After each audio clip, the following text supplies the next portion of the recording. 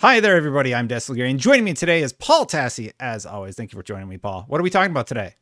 As always, it's been like a month. Yeah, it's good to be back, though. Yeah, we are talking about Halo Infinite, which launched early, as we all know by now, and then the campaign comes out soon. Yep, and we both played a little bit of the campaign, so let's talk about that right now.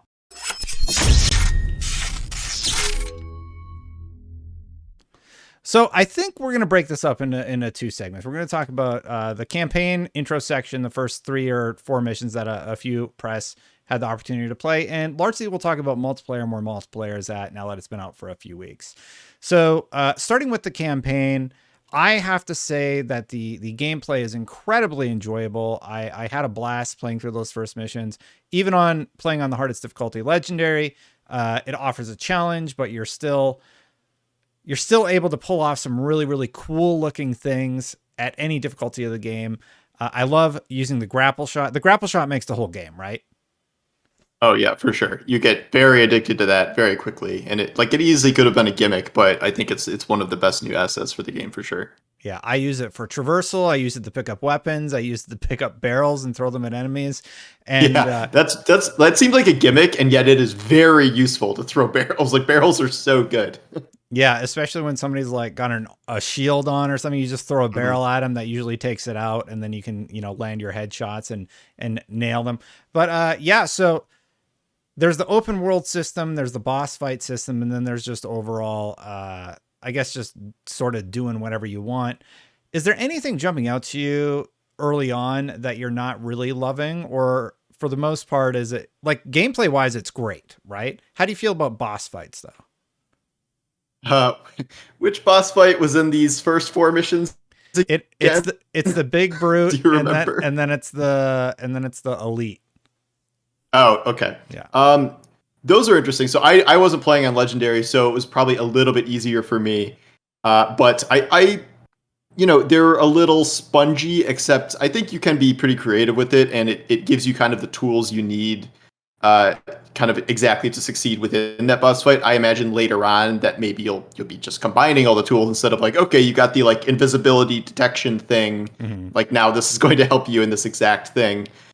So maybe those could be a little more creative as time goes on, but so far those didn't really rub me the wrong way. I do enjoy, if you like the multiplayer combat, I think taking that to a PvE open world is a lot of fun. Like invading an enemy base, like it's not really Far Cry. Like it reminds me a lot more of Just Cause, because like Just Cause is like all about just causing chaos and destruction and blowing stuff up. Where you're Master Chief, there's no like stealth approach. You just gonna go in there and just destroy stuff. So that aspect is fun. In terms of an open world, it does seem a little, I guess, sparse so far in these early zones, where it's just there's not a whole lot going on. Like you'll run across like grunt patrols every so often, and maybe there's secrets and stuff to find, but of the stuff that's like, okay, go here, do this objective, it doesn't seem like a hyper detailed open world. And it's kind of funny because this is like a pro and a con, where I find myself not really caring about the fob's like vehicle selection, because it like I've tried to drive places and it's just always faster to use your Yeah. grappling hook, and like it is way faster. Especially I think like the first upgrade or something reduces the cooldown to like nothing, and so Mm-hmm. you can just spam it all day long, and it's way easier. Like maybe when you unlock like a plane or something someday, then it won't be faster, but compared to like a warthog and a mongoose, like I really just like grappling around everywhere because there's so much verticality on the map. Like there's Mm-hmm. very few kind of flat segments with like dedicated roads, and like it's not Forza. You can't just like drive through trees and stuff. Like everything will stop you. So Yeah. I that's been a little odd into seeing how the open world works with vehicles.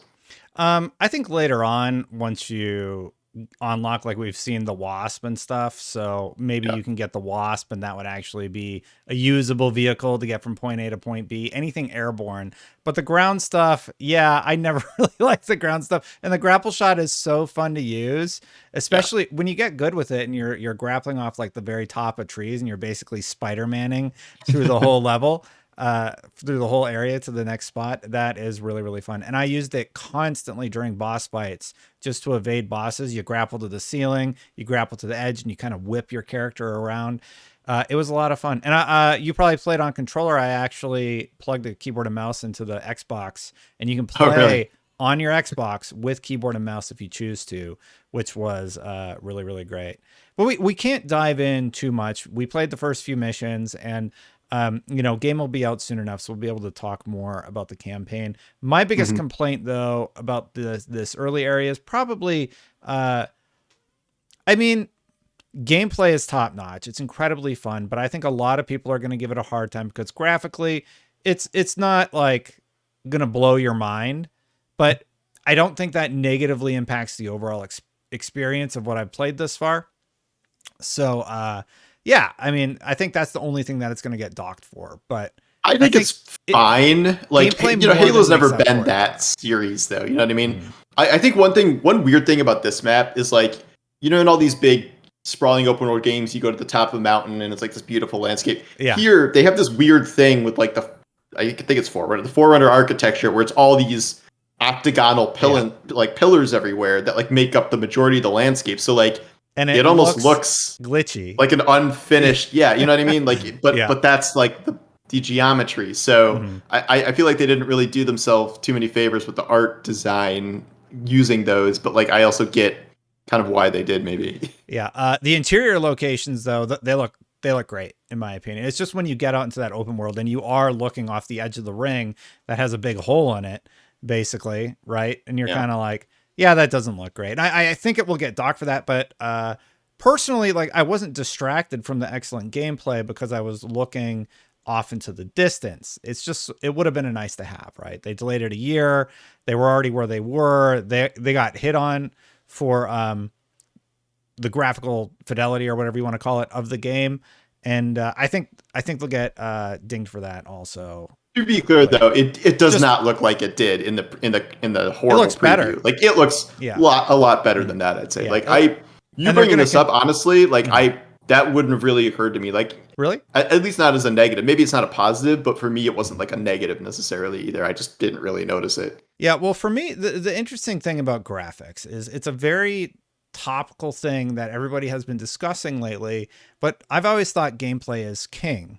So, like Returnal running at 1080p base because the artist likes how Returnal runs, that's I didn't care because I adored that game. So Halo Infinite looking as good as it does, uh I just don't care that much. It's cool when a game has that graphical option, but Mhm. yeah, it's just sort of putting it out there because I do think it will be discussed by the All right, we'll internet. see. Yeah. uh Difficulty wise it's perfect. Let's talk about multiplayer. So multiplayer wise, the big topic is the battle pass. But before we get into the battle pass, I have to say, Paul, I am problematically addicted to playing Halo Infinite multiplayer. I have 60 hours. Probably that was Wow. last time I looked. I have 60 hours of gameplay in Halo Infinite multiplayer according to Steam. And I start playing a few games, doing the daily challenges with the XP fix. It's even more addictive. I've placed in keyboard and mouse ranked and mixed ranked. I'm plat 2.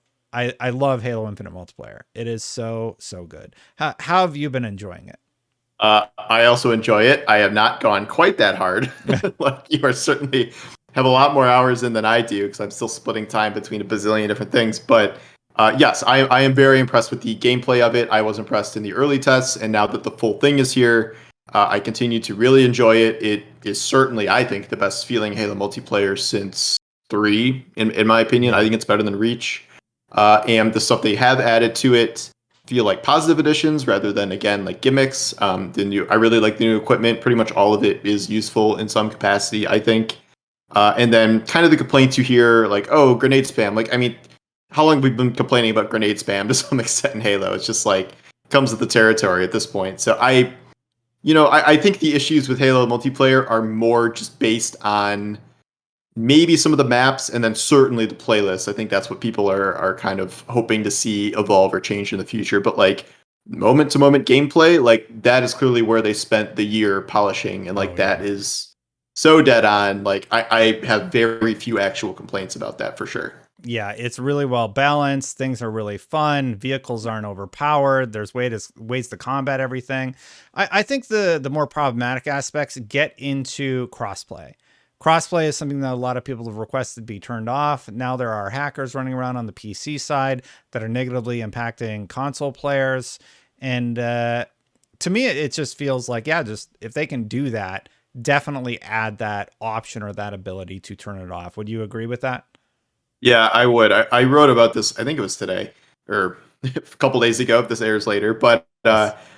the worst part of the cheating thing right now is like trying to report a cheater is such a nightmare. Like I tried to do it just for the purposes of the article, and it's like a labyrinth of like FAQ pages to like even start filing a ticket because there's nothing in game you can do. You have to like manually do all this stuff, and then you have to like record your own footage of the cheater and manually upload it to like the player. It's crazy. I cannot, and I kept getting like internal 500 errors during the Oh, forums. Like goodness. I cannot imagine anyone subjecting themselves to that just to report a cheater. So I feel like unless they are detecting them themselves, they're just barely ever going to get enough reports to cover the full volume of cheaters. So yeah, I think they have to take proactive measures like allowing people to turn off crossplay, and obviously I think they need to report a player feature. I wonder how the I wonder how the theater thing works, because it seems like that would be something they'd be able to go in and look at, or I don't know. I'm sure they can do it on their end, Mhm. but like asking a player to like manually save a clip to show them like the exact thing like it's so few people are actually going to take the time to do that or and be able to Yeah. navigate this form system. It's terrible. Bungie's right down the street. Just call them up, be like, "Hey, what do you guys do about cheaters?" Because the Bungie system seems to be working pretty well. So, These days, yes, yeah, it took them a while, but yes, it is much yeah. better. So maybe those two can talk about that. Yeah. And then the other big topic was the Battle Pass. And the main issue with the Battle Pass was originally that it just didn't give you enough XP. You basically got 50 XP a game, and then you had all these challenges that were counterintuitive to what you should be doing in a game. Now they buffed your daily XP where you get like 800 for your first game, then 700, then down, etc. And well, that handles the XP problem, and you can make reasonable gains every single day. You can go up like 3 levels at least, if not 5. Like I played the other day, and I was going up quite quickly in the ranks, and I felt like it's in a good spot rank wise. It still has that problem of the challenges being weapon based and not objective based. Now, for me, I made a video about this. I feel like that they should move to a objective based reward system for XP, in that objectives in the game mode that you're doing, not just get 4 kills with the bulldog or 5 kills with the bulldog, get 3 melee kills in oddball. I don't think that's how they should be doing it, because it's, I don't know. It's just weird. The oddball one makes sense, at least for the mode. It should just be passive. It should be, you can look at the medals and see what medals somebody has unlocked. And if they unlock medals that encourage team play, then they can be rewarded with XP. And I feel like that sort of system would make more sense, especially with the limited type of game modes. So how do you feel about the whole XP system? What do you like about it, and what do you find still needs to be tweaked? So I think they definitely fixed the speed problem with the new changes they made. That was a ton of XP. Like I did the math on it, and like it is a crazy buff to XP just Yeah. in terms of how much you can get every day now. I think they're going to run into a problem at the other end of this now, where in the 6 month season, players are going to be done in a couple weeks, like probably right after launch here, and then this is not a game that has like commendations or like a profile XP system or something for your overall account, like account XP. Yeah. So you're going to run into an issue where people are going to be like, well, I don't have anything to do now for the next 5 months because like it's bad both ways. It's bad if it takes you 6 full months to grind out an entire 100 ranks, but it's also not great if everyone finishes and there's literally no point to XP. So that's maybe an issue to deal with another day, but I would give it a month before that becomes a really pressing issue. In terms of the other stuff, I agree that the challenges themselves are just not remotely in the spot they need to be with. Part of this is the playlist thing, because like we can have objective-based challenges, and yet, some of the objective-based challenges, it's like play a match of oddball, and I can sit there for 8 games and not get one freaking match of oddball. Like that is a nightmare. And so I think there's got to be some sort of like adjustment based on whatever game you're playing. Like I don't know if they want to give you a challenge when the game starts or something, like knowing you're in that mode, because like nothing is more frustrating to like play 5 games of oddball and then finally the oddball challenge comes up and then not play oddball for 10 games. Like this, I don't like the whole like bank of challenges that are hidden behind the slots. Like if you Yeah. know Also, those are going to be their challenges, like what's the point of gating them like that? and if you click queue and then you go look at your challenges, it kicks you out of queue. That's really annoying. I'm just Does like, it? there's like no way to pin the challenges. There's no way to like know what you have to work on to Yeah, it level doesn't up. even in the Yeah. game. It doesn't even like tell you that you're making progress toward one of the challenges. I don't Hmm. think it doesn't tell you till No. the end, right? Yeah. That At the end. yeah, I Mhm. that's a bad system. And I mean, I think they just need more challenges based on like, or at least award more XP based on how you perform in a game. It makes no sense to give someone who's 25 and 2 the same amount of XP as someone who's 2 and 25. Like, I'm Mhm. sorry, but it doesn't have to be 25 times the experience, but like there's got to be some motivation to play well, to win, and to play the objective. Mhm. Because all anyone is doing is running around trying to complete their challenges. So like it's pure luck if you just get a team that is actually going to just play to win, but Yeah. there's no reward for winning. So what, like, you know what I mean? So The unless you're in pride ranked, of like, there's winning no is reason. your reward.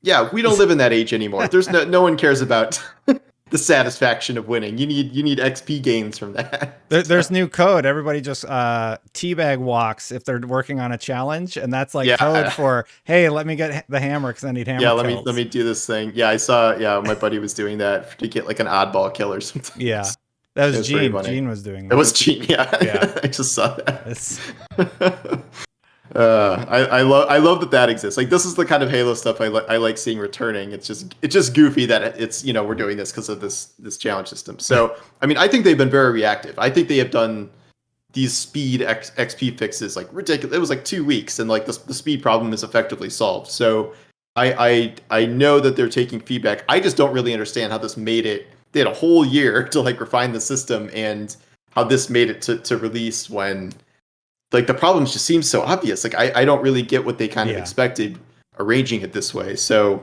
it's also weird to debut in a 6 month season. That's gonna drag at some point, no matter what. So they're gonna run into challenges over the course of that, but we'll see how it goes. How do you feel about the armor being $10? That seems I pricey. do not care about the armor price. Hmm. I care about the armor system because like if you want to go down the rabbit hole of how much armor costs in a video game, you can do that with any game. It Hmm. costs $20 to be LeBron James in Fortnite. You know what I mean? Like it's or Batman or whoever. Like the price I think is not that outrageous compared to most games. I think the $15 samurai sword belt was pushing it, but Yeah, that is not the main problem. The problem is all these cosmetics being tied to such specific armor cores. So it's like you can buy the $15 sword belt, but that only works on the samurai core, and you literally cannot put that on any other core. hmm, And like too much stuff is tied to individual cores, and like these millions of combinations of customization. Like that is the main problem with the system right now, where yeah. it They feels literally said overly that. restrictive. Yeah, Yeah, they they said said that outright, and it's just not really true at all. And they do really weird things like we're like even lock 30s. they lock yeah, they lock cores, not cores. They lock they lock cores to the coatings. So it's Mhm. like you can't even have one coating that applies to all armor. Like Yeah, a couple of them do, but a lot of them are locked to specific cores, which that makes the least amount of sense to me. So that to me seems like a larger scale problem that's not going to be a quick fix because they have clearly built this entire system around these cores, and I don't know how you really fix that. But that is, I think, one of the bigger bummers because the actual stuff they're rewarding is pretty cool, but it's too tied to the core system, and then I think they are selling probably too much in the microtransaction store as opposed to what they're giving out. Like they're selling all of the samurai stuff that they advertised in the free samurai event ads in the yeah, store outside of the one core and one ornament set. Like I think that's pushing it a bit, and I know people weren't too pleased to see that. Like literally, the helmet that's in every ad is not something you can just earn. So that's kind of a weird system too. But prices, I think, are actually the least of all the problems. yeah. I think it's just like it's just not a great system. It seems, I don't know. It just doesn't seem thought out, and I think that's the best way to say the criticism that I think most people have. It's sort of like, so you have all these random things you want players to do. That it's the only way you can earn XP, by the way. Like you can play your one match and get your small XP, but players like to work to finish a battle pass, right? And when you give them a bunch of random stuff that is counterintuitive to the objective of the game, then they're going to do that stuff instead of playing the objective, right? I did have fun chasing all of the achievements. I finished all of those, and I like to do that with some games because I feel like usually when there's unique achievements like the shock rifle one, what they're actually sort of trying to do is teach you how to play the game better. And I found I did learn a few things about strategies that you can use to like get the shock rifle thing, and that was fun. And I'm just a huge Halo fan, so I'll platinum Halo Infinite multiplayer, and I'll platinum the campaign or whatever it's called for Microsoft stuff. But I think the question that is on a lot of people's minds is about the longevity of Halo's success and if it will continue into the future. We've seen a steady decline in the play race, at least on Steam, and that's natural attrition. I think it'll spike back up during events, but I would like to hear how do you feel about that? Is this the mega success that Xbox needed? And do you think it will have staying power for years to come? I think it will, because I think the way Microsoft is going to be updating this with the seasonal model and with like Infinite as a quote platform, like, we're not going to go 5, 6, 7 years between Halo games again. Like, they're going to keep this running as a live service. And like, yes, they have shown they are kind of terrible at the live aspects of this so far, but I think they've also shown they can adjust on the fly. And I think that's something they'll kind of learn over time, and the community will hammer them with enough feedback where like they'll get it probably by the next season or two, and that's the start of a probably decade-long journey of this era of Halo. So I do think it will have kind of staying power in that regard. I can't make predictions about like the esports scene or like if that's going to catch on again and things like that.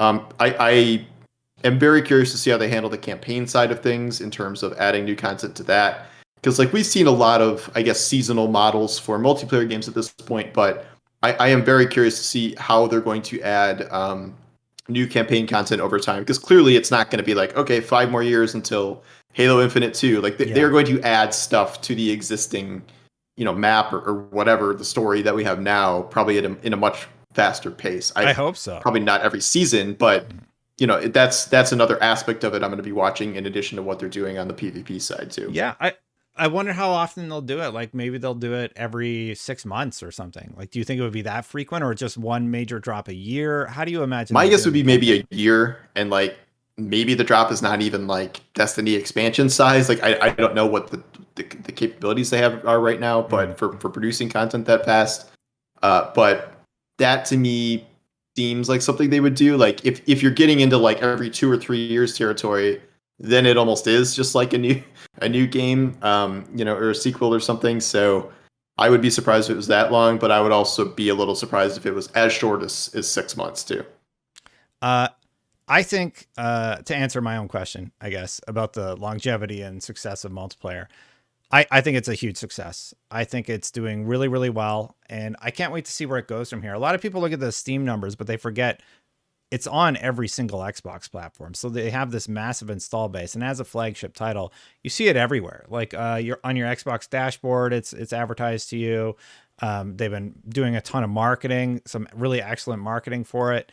And the campaign side will also be on Game Pass. So I think a lot of people are going to play this game. And I do think multiplayer is going to have staying power for the months to come because it's free. So when an event pops up, why not hop on and play a few rounds of Halo Infinite? I'm happy to Well, they need to fix the events too, but yeah. Oh, you didn't? I thought you liked the event. No, the event sucked. Oh, really? No. Okay. What did you not like about it? The armor was cool. Yeah. The way it distributed the challenges where you could just be playing and not have any event challenges active is ridiculous. That was ridiculous. Also, the fact that you need to fully complete every week of challenges 5 out of the 6 weeks over 6 months, or else you won't hit 30. Yeah. That also sucks. So no, I do not like that format. I like all the cosmetics, but I meant the gameplay of the event. Did you like? Oh, gameplay's fine. Fiesta's great. No, that was amazing. Yeah. If we're talking about Halo, like it's kind of by default, the gameplay or the mode or whatever is always great. It's just the formatting of whatever we're talking about is always the problem. So no, Fiesta. The one problem is that I just hope they don't always lock like Fiesta or SWAT or whatever to only be event things for like a week every 2 months or something. Like Yeah. I think some of those are things people want to see rotated in more often other than just these event playlists. Well, there is an achievement on Steam for some sort of revive game mode, which is like bring 3 players back to life or something like that. So something sort of like Trials, maybe. Trials of Master Chief. That sounds awesome, honestly. Trials of Cortana. Yeah. I am so excited to see what else they end up offering for multiplayer, and then like however they end up handling the campaign stuff. That'll be really, really interesting. And campaign is right around the corner. That's all I really had to talk. I just kind of wanted to go over everything. I love Halo Infinite multiplayer. I cannot put it down, and I'm a huge Halo fan. So hearing that you're also enjoying it, and I don't know how big of a Halo fan you are, but it's the reason that I make videos today. I entered a user contest, and it kind of started my whole career. So Yeah, yeah. I didn't know this about you till recently, like how truly massive of a Halo fan you are. Oh yeah. Pretty I big mean, fan. I consider Halo 3 like one of my probably top 5 games ever. I have not liked really the 343 era of Halo so far. Like Yeah. it's been okay, it just hasn't really landed for me. So I haven't really been into Halo in probably, a decade or however long it's been. So Mhm. it's nice to, be very excited about this game. All right. Well, glad to hear it. Let's get out of here.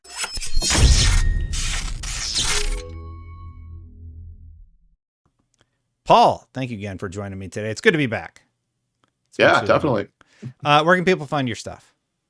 I'm at Paul Tassi on Twitter. I am Paul Tassi on YouTube, and you can Google me for my Forbes articles. And you can subscribe on this channel if you like my stuff. Thank you so much for watching. Of course, if you want to become a member, memberships are turned on. Thank you so much to all the members. Thank you to Paul Tassi. Check out his stuff. Paul Tassi does a lot of great videos over on his channel. I like your Destiny stuff still. Oh, thank you. All right, let's get out of here. We'll see you next time, everybody. Bye for now. Yep.